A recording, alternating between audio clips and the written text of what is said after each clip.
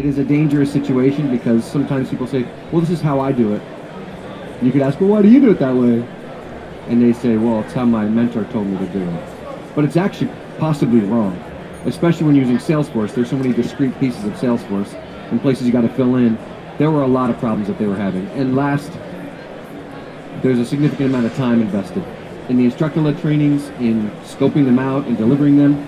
Doing instructor-led trainings on a web-based tool is, to me, quite hilarious. Because why would you do that? The tool is right there. They should just be able to use the tool and learn how to use the tool by using the tool. So there was also a very small amount of measurement happening at the beginning. This is in blue and big and on the slide the whole time because you have to have measurement, but it wasn't there. So baselines weren't being captured. That was the big challenge. Tons of resources, tons of people, tons of time, wasting their time on teaching people how to use a tool. You should be able to pick up a wrench and use it. You should be able to pick up a website or open a website and use it. And if you can't, then you should be able to learn how to use it while you're using it. So we decided to use WalkMe, and that's why I'm here.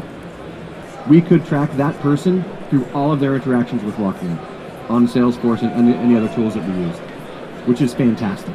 Because we could see, hey, in their first 6 months, they didn't necessarily close as quickly as they could have because they were spending a lot of time on these tools, on this tools training. But then somebody else, in their first 6 months, they could do WalkMe for their tools training. And they were closing a little quicker, spending a lot less time with ramping up on Salesforce. And then we also found, as a training team, our time was freed up. So instead of spending all this time on this tools training, we could come up with big strategies around big instructor-led training things or other big ideas. If training isn't contextual, if it's not right present with people, it's not actually training. It's non-contextual, artificial learning experience. But when you were learning to ride a bike and when you were learning to use a tool of some kind or learning your job, you're doing it in job in the very moment. So training needs to be right where the people are.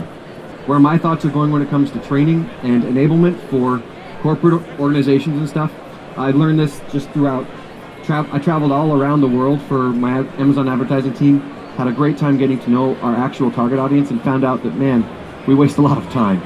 And we waste a lot of resources on making non-contextual, non-authentic, very artificial experiences for people.